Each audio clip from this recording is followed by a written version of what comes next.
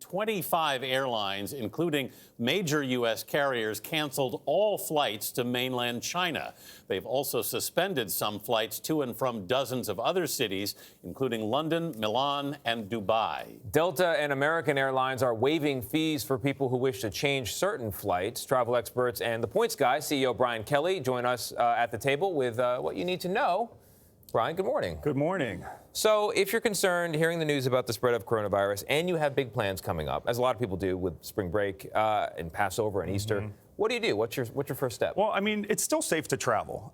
There's only 4 countries in the world that the CDC is saying, only essential travel. So I would say, I would go on with plans. Of course, educate yourself. The situation changes daily, but by and large, it is still safe to travel. So the airlines are waiving fees, we heard, which is not the same as giving a refund. So they're basically saying, correct, we can change it for you, but you got to still give us the money. And, Delta just announced for all international flights booked starting yesterday, they'll waive change fees. So JetBlue is also trying to build back that confidence in allowing more flexible changes. So. Do you have practical advice about what we can do when we're on the plane? I'm thinking the middle seat probably not a good idea. Yeah. So the biggest thing about this virus is exposure, being around in close contact with other people. So generally try to get a window seat. And if you've got points, upgrade to premium economy or even business class. When you think about having your own pod, wipe it down, wash your hands. And really, if you want to be proactive, is bring your own food and drink on the plane. Bring your own food and drink. Yeah, so less interaction. There have been flight attendants who have come down with the virus. So of course, they're exposed all over the place, yeah. Exactly. So if you really want to be overly protective, limit your interactions with others, try to get a seat that's further away.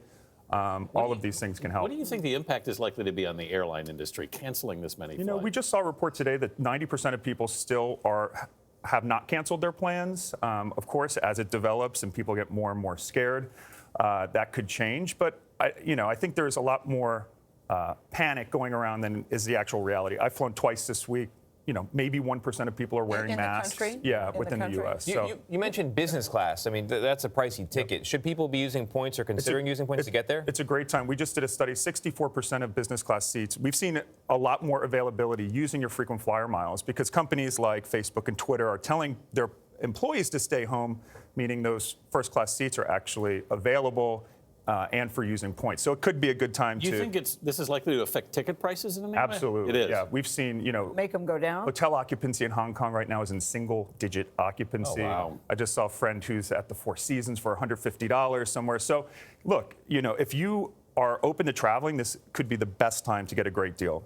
What about, you were telling me in the green room about connecting flights. I hadn't thought about this. So one of the things you should look at, you don't want to connect through China. A lot of times if you're going to Bali or somewhere in Asia, connecting on the Chinese airlines can be very cheap. But even if you connect in an airport in China, you're going to get additional scrutiny and screenings. Probably won't be able to go back to work. So factor in that into the price. Cheap can be very expensive. We don't know how long this outbreak is going to last, and people may be buying travel insurance to guard against that risk. Is that worth it? So no travel insurance. Most travel insurance won't cover a pandemic or epidemic. What you do want is cancel for any reason. It's generally about 12 to 14% of the total trip costs. And you're not going to get a full refund. They only refund usually up to 75%. So you're still taking a hit. So try to book refundable hotels and airfare. And if you do want to cancel a flight and it's non-refundable, don't just cancel it because you're going to lose the value.